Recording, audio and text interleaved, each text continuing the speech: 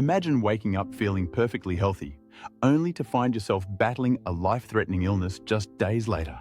The Nipah virus is a silent predator that can turn this nightmare into reality. It's not just a distant concern, it's a real threat that has affected communities around the world. Today, we'll explore what happens if you get the Nipah virus, how it impacts your body, and what you can do to protect yourself. Before we continue, make sure to subscribe to Natural Healing Guide's YouTube channel. Click the notification bell so you won't miss any of our latest videos, and share your thoughts in the comments below. The Nipah virus is a zoonotic virus, meaning it spreads from animals to humans. It's primarily carried by fruit bats, also known as flying foxes. First identified during an outbreak among pig farmers in Malaysia in 1998, the virus has since caused multiple outbreaks across South and Southeast Asia. So, what happens when someone contracts the Nipah virus? After exposure, there's an incubation period that can range from 4 to 14 days, but in some cases, it can extend up to 45 days. During this time, the virus silently multiplies in the body without causing any symptoms. Initial symptoms are often similar to the flu, making it difficult to diagnose early. You might experience fever, headaches, muscle pain, vomiting, and a sore throat. These symptoms might seem mild, but the disease can progress rapidly. As the infection worsens, severe respiratory problems can develop, including acute respiratory distress. This makes breathing difficult and can require medical intervention like mechanical ventilation. The virus doesn't stop there. It can also cause encephalitis, which is inflammation of the brain. Encephalitis leads to a range of neurological symptoms. You might feel disoriented or confused, experience seizures, or even enter a coma within 24 to 48 hours. The rapid progression of these symptoms is what makes the Nipah virus particularly dangerous. One of the most concerning aspects of the Nipah virus is its high mortality rate. Depending on various factors like the quality of healthcare and how quickly treatment begins, the fatality rate can range from 40% to as high as 75%. Real-life examples highlight the severity of this virus. In 2018, an outbreak in Kerala, India, resulted in 16 deaths out of 19 confirmed cases. Swift action by health authorities and adherence to strict infection control measures were crucial in containing the outbreak. Currently, there's no specific antiviral treatment or vaccine available for the Nipah virus. Medical care is primarily supportive, focusing on alleviating symptoms and managing complications. This includes hydration, pain management, and mechanical ventilation if necessary. So what can you do to protect yourself and your community? Awareness and prevention are key. Avoid contact with bats and pigs in areas where outbreaks have occurred.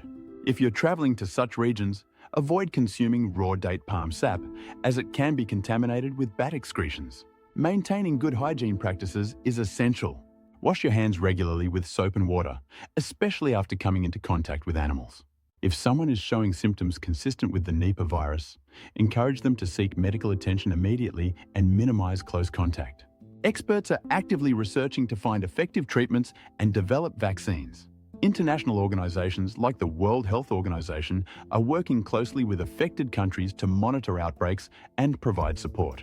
Understanding the Nipah virus also means exploring how it affects different facets of society and what global efforts are underway to combat it. Let's explore the environmental factors that contribute to the spread of this virus.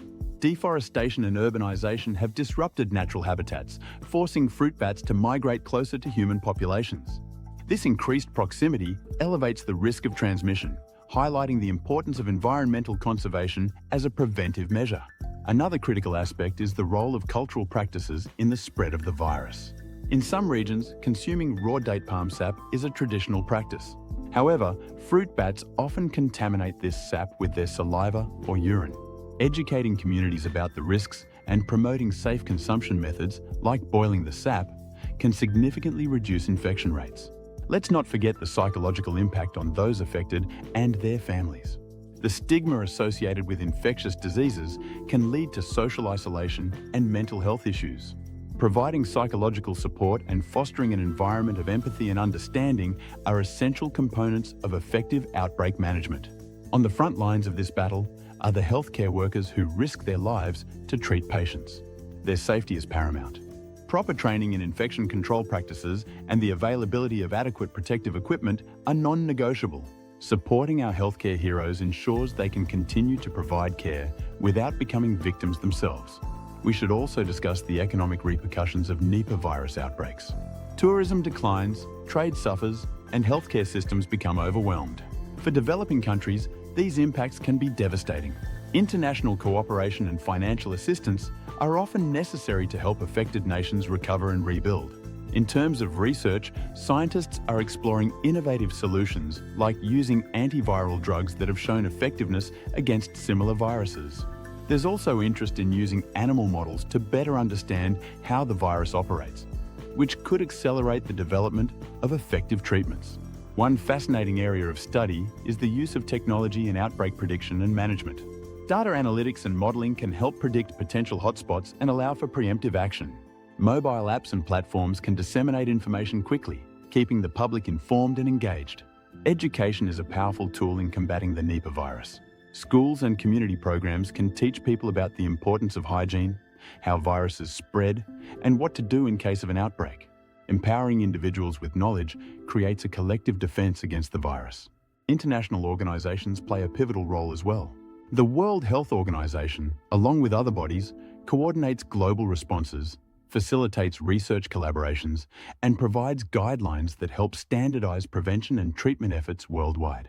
It's also worth noting the importance of One Health, an approach that recognizes the interconnectedness of human, animal, and environmental health. By addressing the health of wildlife and ecosystems, we can better prevent diseases like the Nipah virus from spilling over into human populations. As we wrap up, consider how each of us can contribute to these efforts. Staying informed, supporting policies that protect the environment, and advocating for strong public health systems are steps we can all take. Thank you for joining us on this comprehensive exploration of the Nipah virus. Remember, knowledge is our best defense. Stay curious, stay safe, and let's work together for a healthier world. Don't forget to subscribe to Natural Healing Guide's YouTube channel, click the notification bell, and share your insights in the comments below. Your engagement makes a difference.